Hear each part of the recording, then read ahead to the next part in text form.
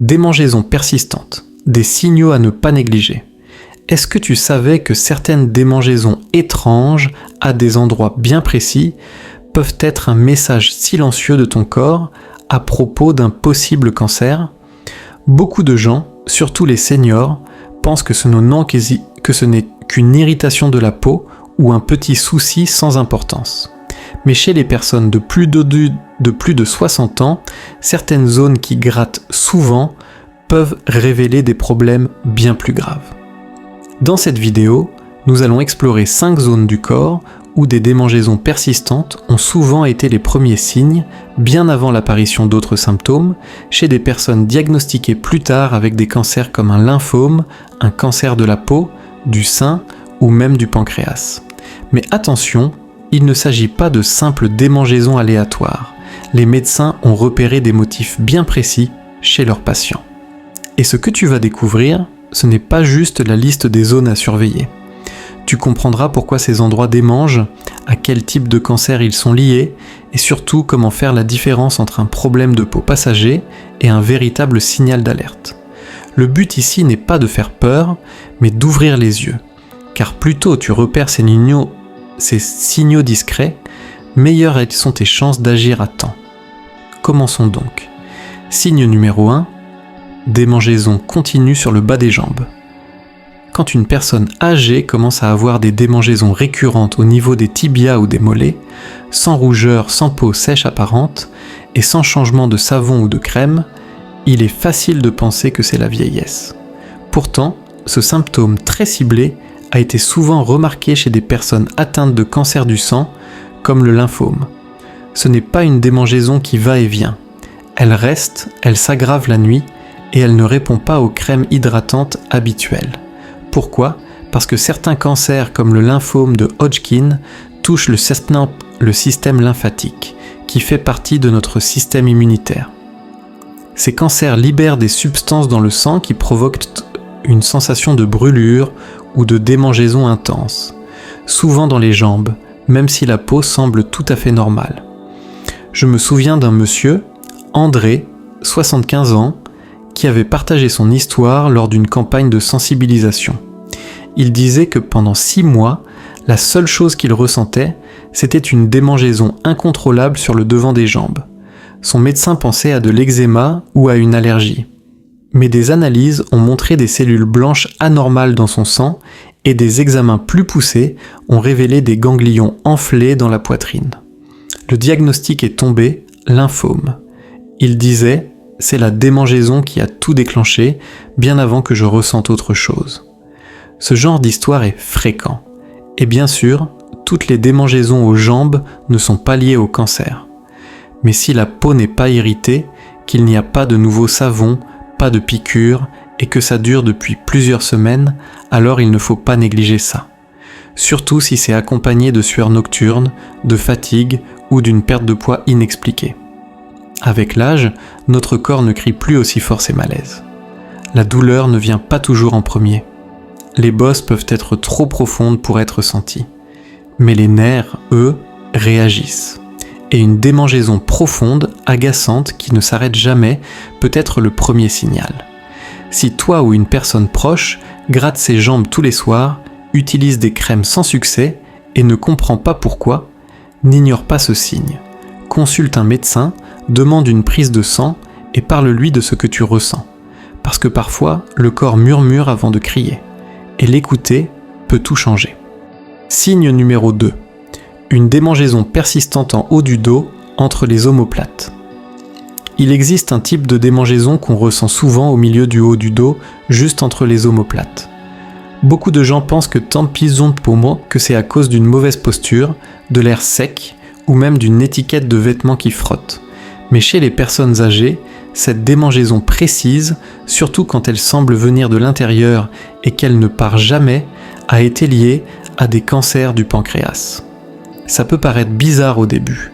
Comment un organe profond comme le pancréas pourrait provoquer des démangeaisons dans le dos ? Voici l'explication. Quand une tumeur commence à se former dans le pancréas, elle peut bloquer les petits canaux qui permettent à la bile de s'écouler depuis le foie vers les intestins. Quand cette bile s'accumule dans le corps, elle irrite certains nerfs, notamment ceux du haut du dos, où le réseau nerveux est très dense. Je me souviens de Claudine, 70 ans, qui avait surnommé cette sensation sa démangeaison fantôme. Elle disait se réveiller chaque nuit à cause de cette envie de se gratter dans le dos. Aucun soin n'aidait, ni les crèmes, ni les grattoirs, ni même le changement de matelas. Elle avait l'impression que la démangeaison venait de l'intérieur. Lors d'un bilan sanguin pour de la fatigue, son médecin a remarqué que ses enzymes hépatiques étaient anormales. Cela a conduit à une échographie, puis à une IRM, qui a montré une petite tumeur du pancréas bloquant un canal biliaire. Le plus étonnant, cette démangeaison était son seul symptôme. Pas de douleur, pas de jaunisse. Juste cette sensation profonde et tenace dans le dos. Voilà pourquoi cette zone est importante à surveiller. Bien sûr, le dos peut démanger pour plein de raisons, la peau sèche, le frottement des vêtements ou une position inconfortable. Mais si la démangeaison reste toujours au même endroit, ne part jamais et ne s'améliore pas avec des soins de peau, il faut prêter attention. Surtout si tu remarques en plus des urines plus foncées, des selles plus pâles ou une fatigue inhabituelle. Cela peut indiquer un souci à l'intérieur du ventre, même si c'est le dos qui t'envoie l'alerte. Chez les personnes âgées, ces petits signaux discrets sont souvent ignorés. On n'ose pas se plaindre, on ne veut pas exagérer, mais le corps est plus malin qu'on le croit. Et s'il répète le même message jour après jour, même sous forme d'une simple démangeaison, ça vaut le coup d'écouter. Si tu regardes encore cette vidéo et que tu trouves ces informations utiles, écris numéro 2 en commentaire pour me dire que tu es là. Et si tu n'es pas encore abonné, je t'invite à cliquer sur le bouton et activer la cloche. Ça nous aide à continuer à créer du contenu qui t'informe et te soutient. Maintenant, poursuivons. Signe numéro 3. Le cuir chevelu qui gratte sans pellicule visible. Un cuir chevelu qui démange, ce n'est pas rare. Beaucoup de seniors pensent tout de suite à la peau sèche, à un produit mal adapté ou à un air trop sec. Mais parfois, quand la démangeaison dure dans le temps, sans pellicule, sans rougeur, sans croûte, cela peut être le signe discret d'un problème plus profond, comme un cancer du sang, par exemple la leucémie, ou un cancer de la peau situé au niveau du crâne. Ce qui rend ce type de démangeaison particulier, c'est la sensation étrange qu'il provoque.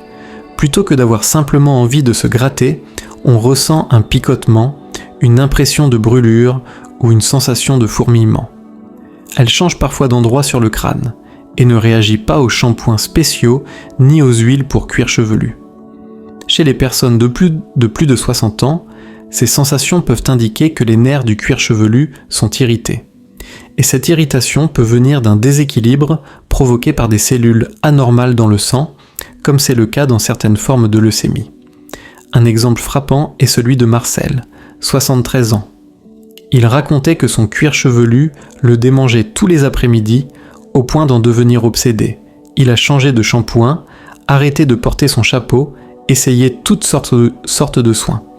Mais rien n'y faisait.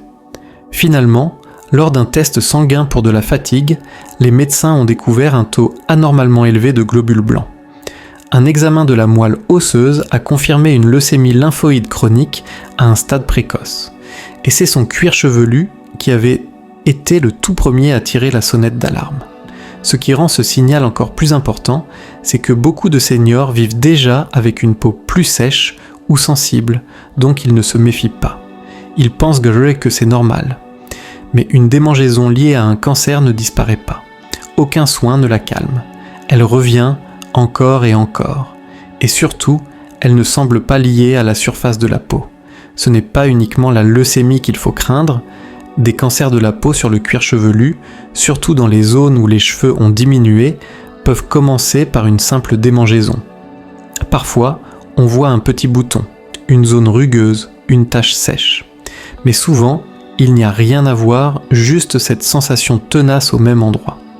Le problème, c'est que le cuir chevelu est difficile à examiner seul. Alors si tu as ce genre de démangeaison qui ne disparaît pas, n'hésite pas à demander à un proche, un coiffeur ou un aidant de vérifier cette zone. Si cela dure plusieurs semaines, que rien ne fonctionne, que tu te sens plus fatigué, que tu as des bleus inexpliqués ou que quelque chose te semble étrange dans ton corps, n'attends pas. Ce n'est peut-être rien. Mais parfois, ce sont les petits détails persistants qui révèlent les plus grands problèmes. Signe numéro 4, une démangeaison persistante au niveau de la poitrine ou des seins. Quand une personne âgée, homme ou femme, ressent des démangeaisons continues autour de la poitrine, près du mamelon ou juste sous les seins, on pense souvent à un simple problème de transpiration, à un soutien-gorge trop serré ou à une peau devenue plus fine avec l'âge. Mais cette zone du corps est l'une des plus souvent oubliées quand on cherche les premiers signes de cancer.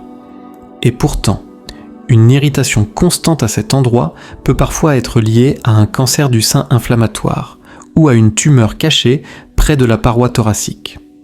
Ce qui rend ce signe unique, c'est qu'il apparaît parfois bien avant l'apparition d'une masse ou d'une boule palpable. La peau peut devenir légèrement chaude, épaisse, rugueuse ou prendre une couleur rosée. Mais il arrive aussi qu'il n'y ait aucune modification visible, juste une sensation de démangeaison profonde qui ne part pas, peu importe les crèmes ou les changements de vêtements.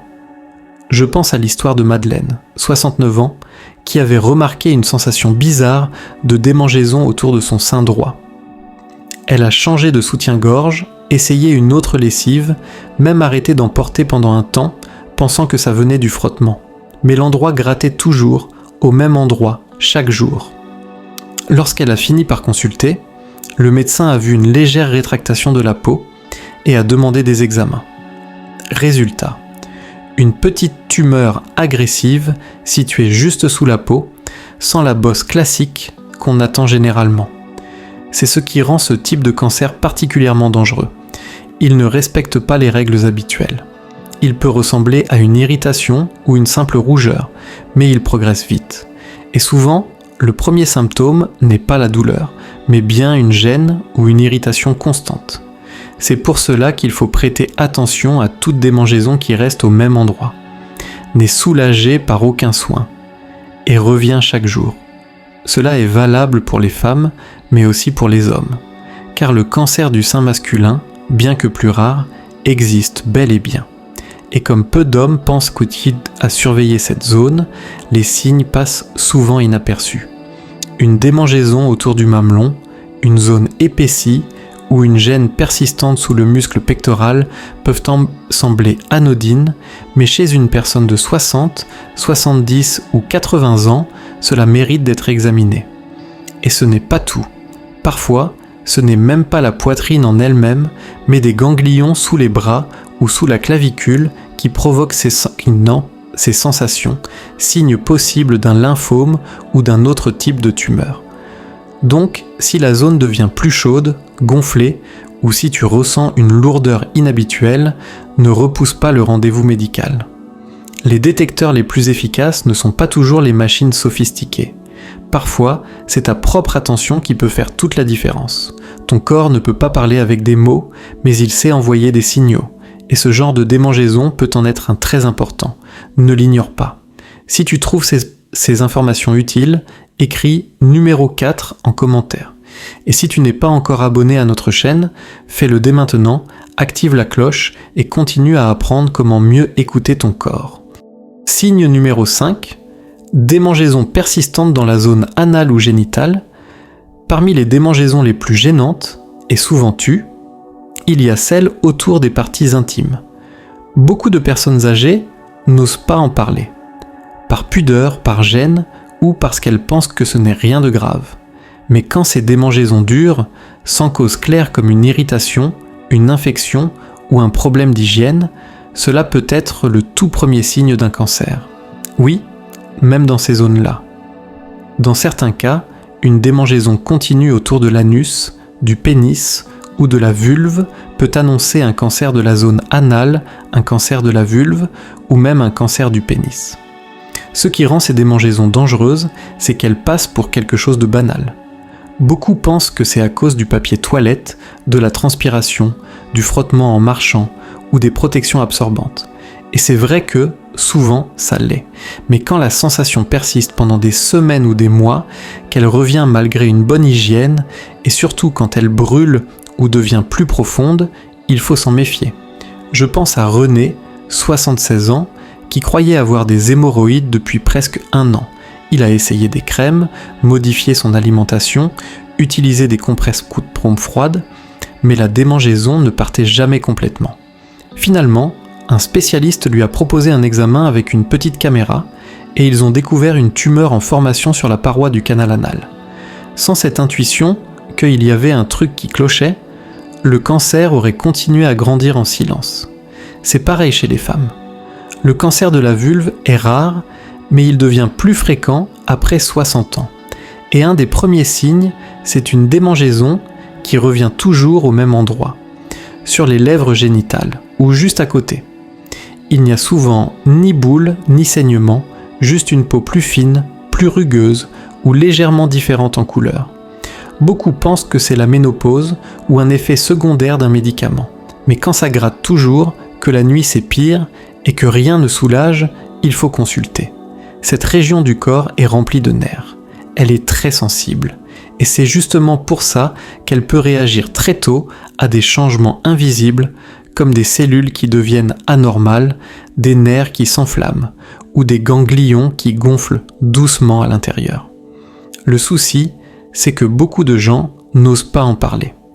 Ils ont peur qu'on les juge ou qu'on les prenne pour des hypocondriaques. Mais le silence est plus risqué que la gêne. Dire à son médecin qu'on a une démangeaison étrange peut mener à un dépistage précoce, un traitement plus facile et une vraie tranquillité d'esprit. La leçon la plus importante, si la démangeaison ne disparaît pas, n'assume pas que c'est normal. Laisse un professionnel de santé examiner la zone. Car souvent, c'est un petit détail, une gêne discrète qui devient le premier indice pour détecter quelque chose de plus sérieux, comme un cancer. Avant de conclure, retiens bien ceci, ton corps essaie toujours de communiquer, parfois avec de la douleur, parfois avec de la fatigue, mais très souvent, ça commence par quelque chose de minuscule. Un chatouillement répétitif, une sensation étrange au même endroit, une démangeaison têtue. Les 5 zones qu'on a vues aujourd'hui, les jambes, le haut du dos, le cuir chevelu, la poitrine et les zones intimes, ne sont pas choisies au hasard. Ce sont des endroits où certains cancers envoient leurs premiers signaux, souvent bien avant l'arrivée d'un symptôme plus grave. Chez les personnes âgées, savoir écouter son corps peut faire toute la différence. Ça ne veut pas dire vivre dans la peur. Le but n'est pas de s'inquiéter tout le temps. Le but, c'est d'être attentif. Car ce qui semble petit au début peut être un appel à l'aide. Si quelque chose dans cette vidéo te semble familier, n'ignore pas ce que tu ressens. Parlant à ton médecin, pose des questions. Tu mérites des réponses, tu mérites d'être rassuré. Merci de nous avoir écoutés. Dis-nous en commentaire ce que tu as appris aujourd'hui et comment tu vas utiliser ces informations. Ton retour est précieux. Si cette vidéo t'a aidé, pense à aimer, à t'abonner et à partager. Ton soutien nous permet de continuer à créer du contenu utile et inspirant.